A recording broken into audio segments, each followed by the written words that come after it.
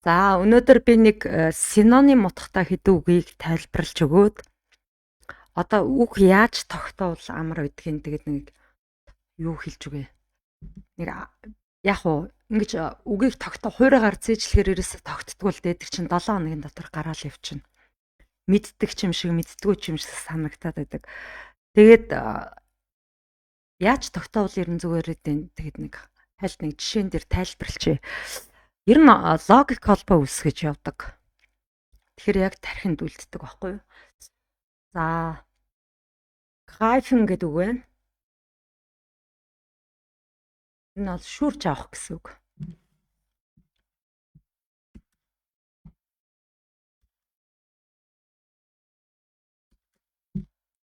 Шүүрч барьж авах гэсэн ийм утгатай үг. За ерөнхийдөө одоо нэг үгнээс хамгийн өргөн хэрэглээний хамгийн өргөн хэрэглээний үгнүүдийн ингээд хамгийн чухлаас нь ингээл нэг 2 3-ыг аваад дараа нь ингээ 2 3-ыг нэмэл ингээд аваа явчихдаг.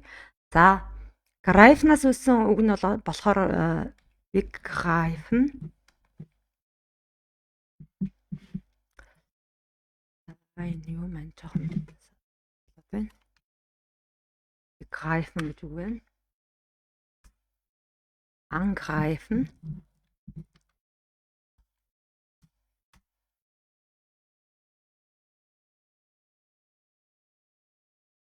За eingreifen.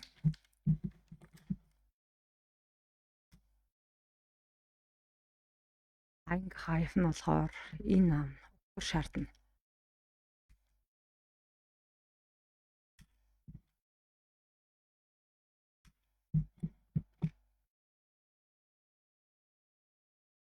За ийм үнүүд байна. За Greifны нэр үг нь болохоор Greif гэж үг байгаа. Ер нь үйл үгийг болохоор юу яадаг? Заримдаа үйл үг нь хурдан тогтно, заримдаа нэр үг нь илүү хурдан тогтно. Эсвэл адъектив нь айгүй хурдан өргөн хэрэглэгддэг байжгаад юу ячдаг. Аль нэг нь илүү хурдан анзаарэгдчихдэг. Тэгээд тэрнээс нь хөөгөө тогтоохоор амар байдаг.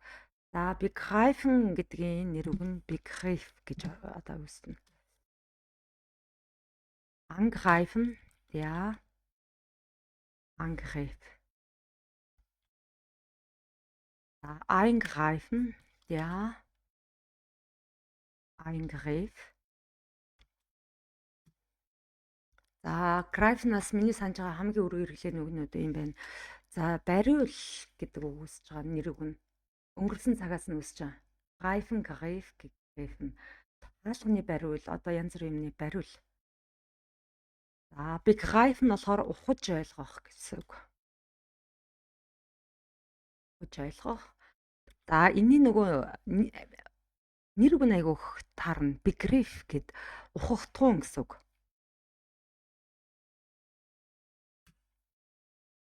Ухагтуун. За Angreifen. Дайрах.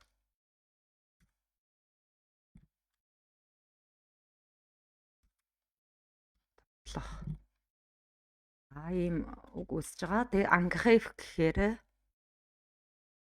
довтлохоо. За хакерын довтлохоо байж болно жишээ нь.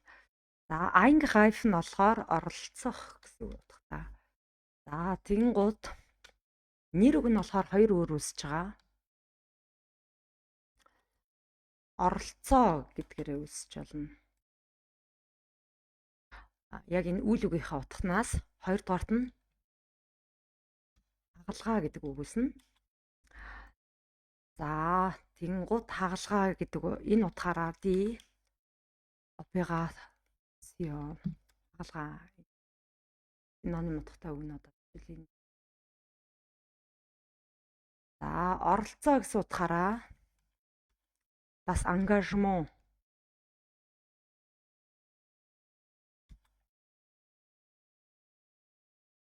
За ингээд тогтоочхоор амар гэдэг.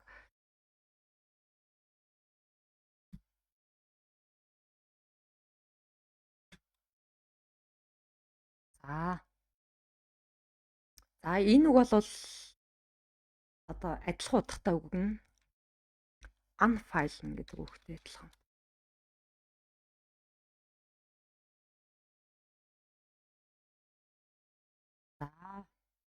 юм байна. За тэгэн гут жишээ харъя. Ich habe nicht alles begriffen. За би бүгдийг нь ухаж ойлгосонгүй.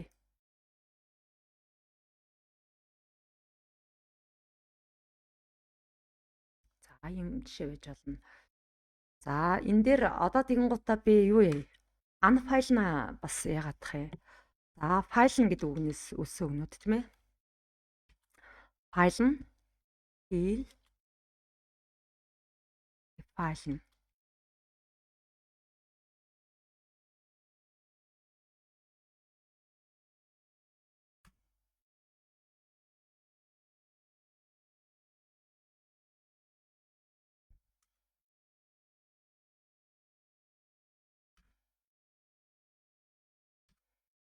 За file гэдэг үгнээс өссөн үгнүүд өргөн хэрэглээний prefix авсан үгнүүдийг харъя.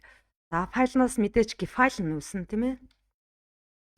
File нь таалагдах G өргөтгөл авч үүссэн. За I'm file нь an file нь auf file нь. За ийм гурван үг үүсэж байгаа. Файл нь бол угаасаа мэдчихэж байгаа таалагдах гэсэн үг тийм үү? За I'm файл нь болохоор нэгдүгээрт нь нурж унах гэсэн үг байгаа. Малын сарвч нурж унлаа энэ төр гээд хэрвээ энэ утгаараа байвал угаасаа текст ягуулгаар ойлгомжтой байна. За хоёр дахь утга нь болохоор санаанд орох гэсэн үг үүснэ. За an файл нь болохоор нэгдүгээрт нь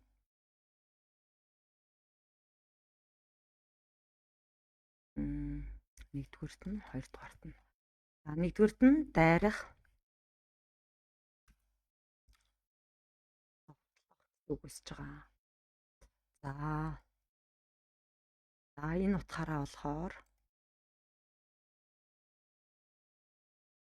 angreifenтэйгээ адилхан үг үүснэ гэсэн үг.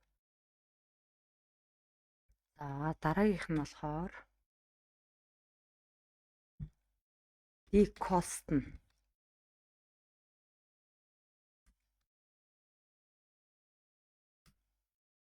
Die Kosten. Энэ утгаараа entstehen үүсэх гэсэн үг.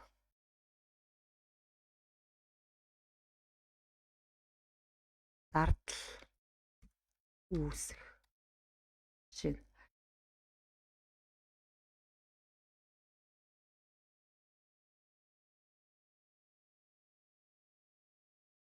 за auf файл нь болохоор анхаарал татах гэсэн утгатай. За тэгэхээр монголоор эвтэйх нь орчуулъя гэвэл анзаарагдах гэсэн утгаар нь орчуулж бас болно. За тэгэнгუთ auf файлны юу adjective нэг өгөх хэрэглэгддэг л дээ auf файлыг. Энэ adjective нь айгүй түгээмэл хэрэглэгдэнэ.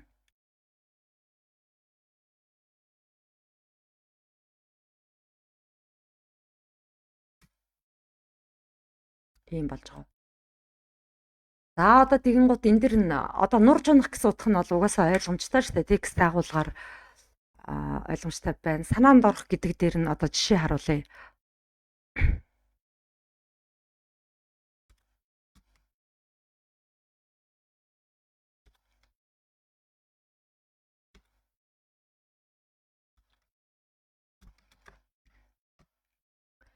За нэр чин санаанд орохгүй байна. Нэр чин юу байлаа?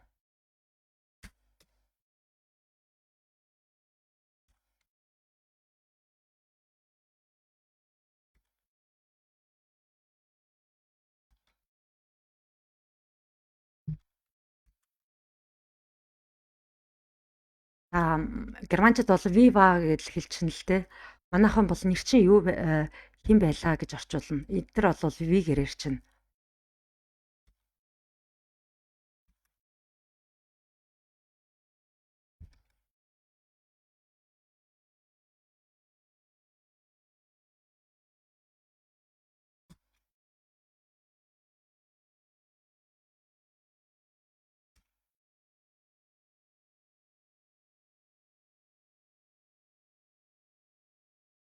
Ингээд.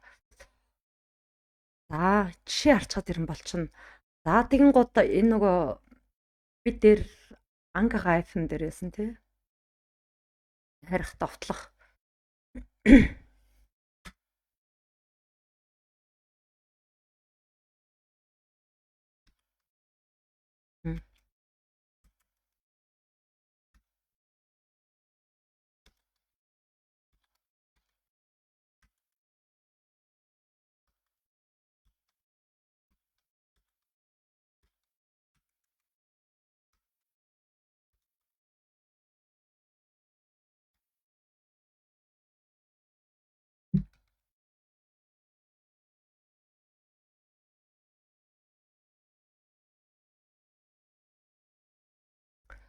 За хөршин маань нохой манай хөрөө дайрсан.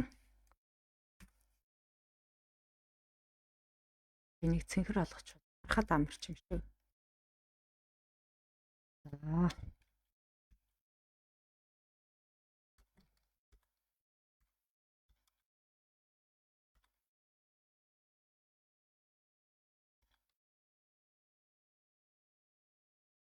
За ийм жишээ байж болно. За эсвэл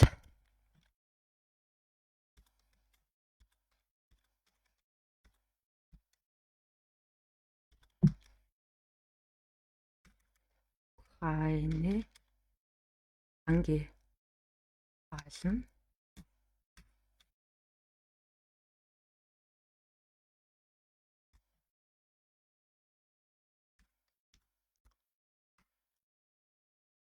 Орос улс 2020 онд Украин руу дайрсан. За довтлсон гэжээ. Довтлсон.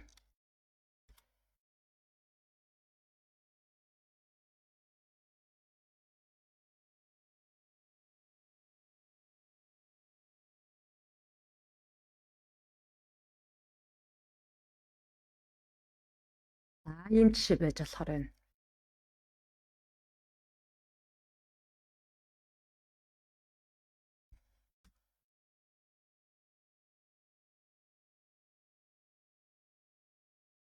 Украинаас энэ харагдсан чи К гэж хэрэгтэй. Энэ за AWF файлн дээр болохоор ist mir aufgefallen.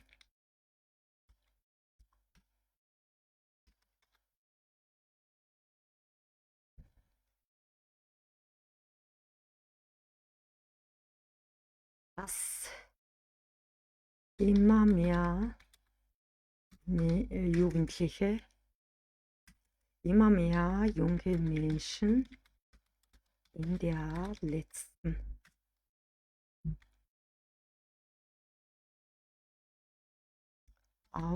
bewusst auf den Nutzung von Autos verzichten. За ийм жишээ байж болохоор юм.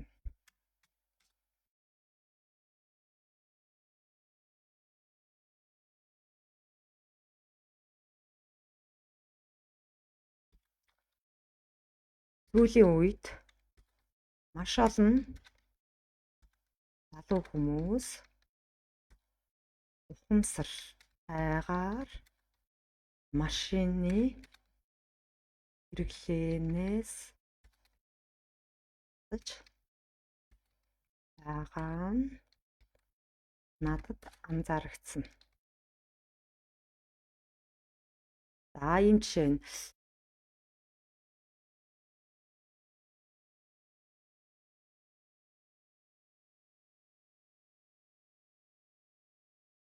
за би нэг бүр гоё тод харагдуулах юм.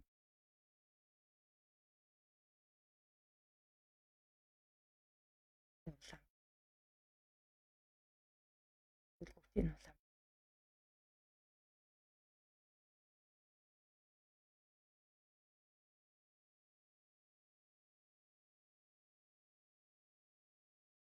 Таалагдах бол угаасаа ойлгомжтой шүү дээ, тийм ээ. Аа.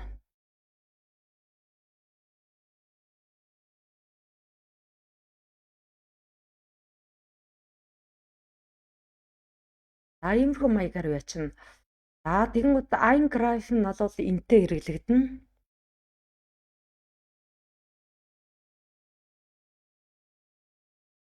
За энэ дээр жишээлбэл die Schlägerei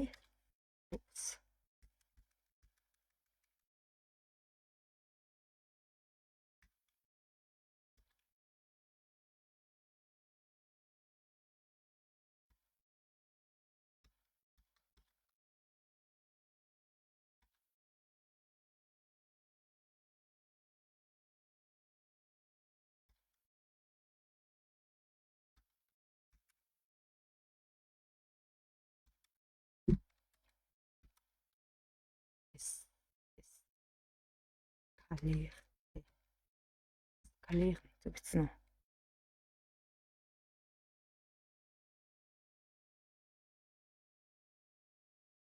Скалер зөв бичсэн үү би? Бас хараадах юм. Амжирах гэсэн үг л дээ.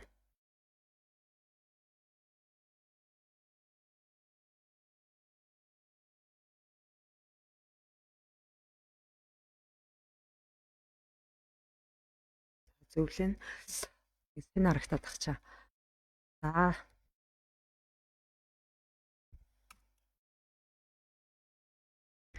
Цагдаа нар оролцсны ачаар зодон дамжрахаасаа өмнө дууссан. За ийм өгүүлбэр байж болно.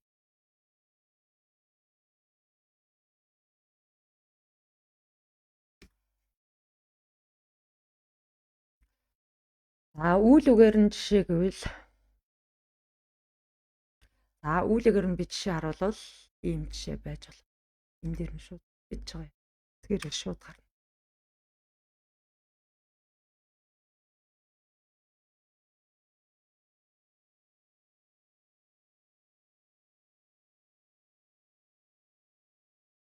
Die Polizei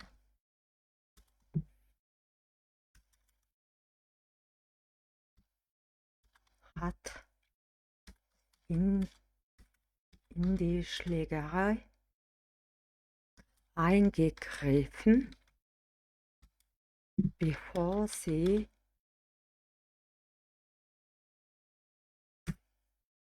eskalierte. Зодон дамжрахаас өмнө цагдаа нар зодонд оролцсон. За ийм өгүүлбэр байж болно. Үйл өгөөрэй юм байна.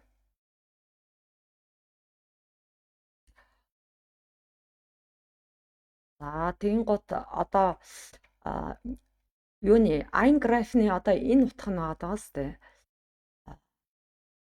Тэгэхээр энэ ангажирн гэдэг үгээ тайлбарлах хэрэгтэй болно гэсэн үг. Sich einsetzen.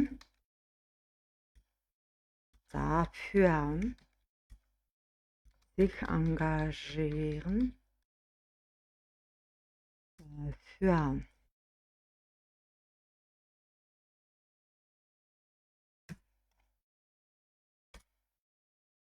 Энэ хоёр чинь болохоор ер нь бол юу л да. Einsetzen чинь томилох гэсэн үг байдаг байхгүй. Тэгэхээр өөрийгөө сайн дураар томилох гэсэн нэг тиймэрхүү утга гарч байгаа. Ангажиг нь бол толин дээр бол оролцох гэсэн утга байж аж магадгүй. Би бол сайн дураар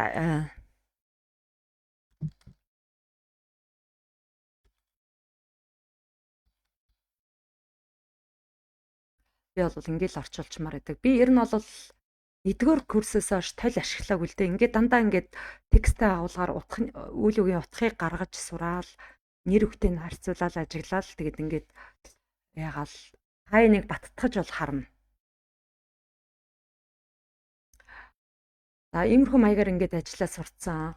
За одоо энэ дээр яг оролцох толин дээр бол sich engagieren нь бол оролцох гэж утга байж аж магадгүй. Тэгэхээр нэр үг нь бол яг оролцоол гэсэн үг үүсдэг л дээ. Гэхдээ өгүүлбэрт орчуулвал миний бодлоор бол нэг чиглэлээр сайн дураар ажиллах гэсэн утга илүү тохиромжтой санагдаад байдаг. За их системих für bedürftige seitdem ich in die Mongolei zurückgekehrt bin. Bedürftige ein.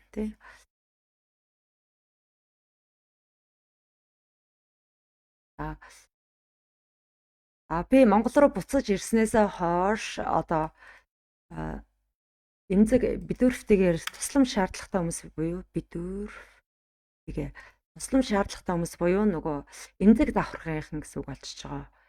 Ich engagiere mich dafür. За энэ хоёр өгүүлбэр болохоор хоёулаа адилхан утгатай ингээд би Монгол руу буцаж ирснээсээ хойш одоо сайн дураараа тусламж шаардлагатай хүмүүс буюу эмзэг давхрын хүмүүсийн төлөө ажиллаж байгаа. Манай угаасаа сургалт чи юу штэ сан санхүүжүүлээд төлбөрөөрөө сан санхүүжүүлээд тэгээд тийм эмзэг давхрын тусламж шаардлагатай хүмүүс туслах тийм үйл ажиллагаа явуулдаг аахгүй юу? Угаасаа манай байгууллагын гол юу нь санхүүжилт тийм юм руугаа зарцуулагддаг юм. Одоо сүүлийн үед дээр хүн дээрээ нэмэгдээд муур нэмэгдчихжээ. За ийм хоёр үг үүсэж байгаа. За тэгэн гут der Einsatz. Einsätzen чинь нэр үг ингээд хоёр үг үүсэж байгаа. Einsätzen болохоор юу л да? Зүгээр Einsätzen гэдэг утгаараа болохоор энэ үг чинь юу гэсэн үг байгаа? Олон утга гаргана. Ямар нэгэн машины эд анги сольж шинээр суйрлуулах, угсрах гэсэн утгатай. Бинуцсан гэсэн ашиглах гэсэн утгатай. Тэгээд одоо дарга нь ажилтнаа хөдөө орон нутагт томилж ажилуулах энэ гурав утга нь айгүй төлхөө явна. Тэгэхээр энээсээ нөгөө томилох гэсэн утгаасаа үүсчихэж байгаа. Томилгоо гэж нэр өгөөснө. Бинуцсан гэсэн утгатай хэрэглэх гэсэн утгатай байхгүй. Тэгэхээр хэрэглээ гэсэн үг үүсчихэж байгаас. Энэ хоёр утгаараа нэр үгээр амар хэрэглэгдэнэ. Орчуулвал орчуулж.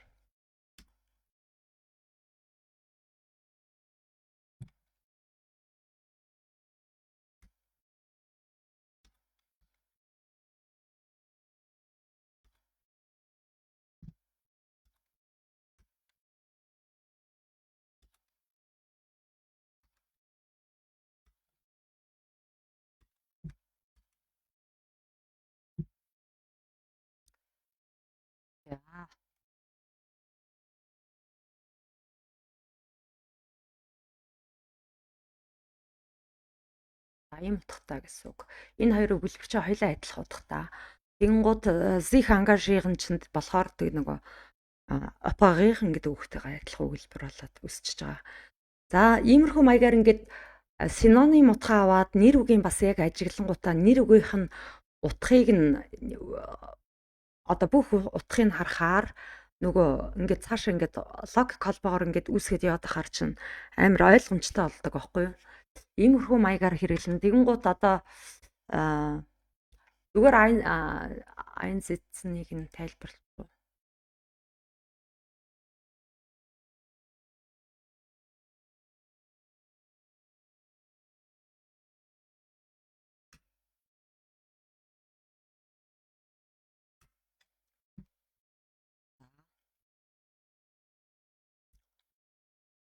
Томилох гэсэн үг үүсэж байгаа. Хоёр дахь нь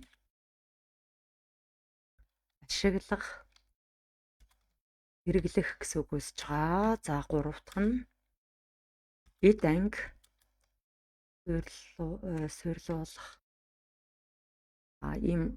Ийм гурав үг үүсэж байгаа.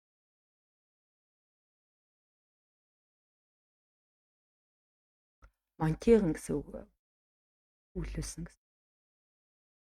За тэгэнгუთ одоо B2-оос дээшээ номинализм хэлбэр айгүйх орж ирэх байхгүй юу?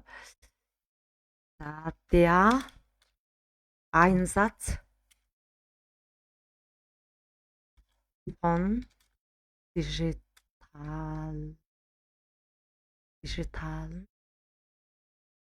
Medien. Digital im Unterricht. Одоо B2 тийш ингээд B2-оос дээш номинализм хэлбэр чи амирх орж ирэх байхгүй юу? Энэ бол дижитал медианийг хичээлд ашиглах гэд одоо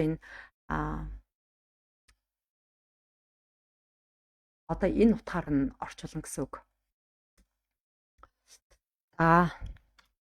Жишээн дээр харуулъя. Ich halte den Einsatz von digitalen Medien im Unterricht für nützlich. Дижитал медианийг хичээлд хэрэглэхийг би хэрэгтэй гэж үзэж байна. За тэгэнгუთ эний чинь номинализм хэлбэр шууд задлах юм бол энэ ийм болж өгнө. Digitale Medien im Unterricht einzusetzen, halte ich für nützlich. За ийм өгүүлбэрүүд бол үүсэж байгаа. Дижитал медианийг хичээлд ашиглахыг би бол хэрэгтэй гэж үзэж байна. Энэ дээрээ болохоор яг номинализм хэлбэр нь энэ дээрээ тэрийгэ задлаад эс байранда ер нь небен зазар задарсан явж байгаа гэсэн үг. За иймэрхүү маягаар ингээ логик холбоо үүсгээл ингээд үйл үгийнх нь синоним утгатай үгийн харангуйтаа яг тэрнээс үүссэн нэр үгийн хараа тэр нэр үгийнх нь синоним утгатай үгийн бас яг ингээд бичээд ингээд хооронд нь ажиглаад ахаар яг юу яадаг. Айгуу гоё логик холбоо үүсээд тэгэд айгуу хурдан тогтдгийг. Дээрээс нь нөгөө нэг B1-ээс дээш B2 ингээд яхаар чинь текстэн дотроо нэг үгээр нь орж ирээд лүсинг дээр нь нөгөө синоним утгатай үгээр нь орж ирдэг байхгүй юу? За өнөөдөр бол зүгээр сонирхуулаад иймэрхүү маягаар ажиллаараа гэд юу яат.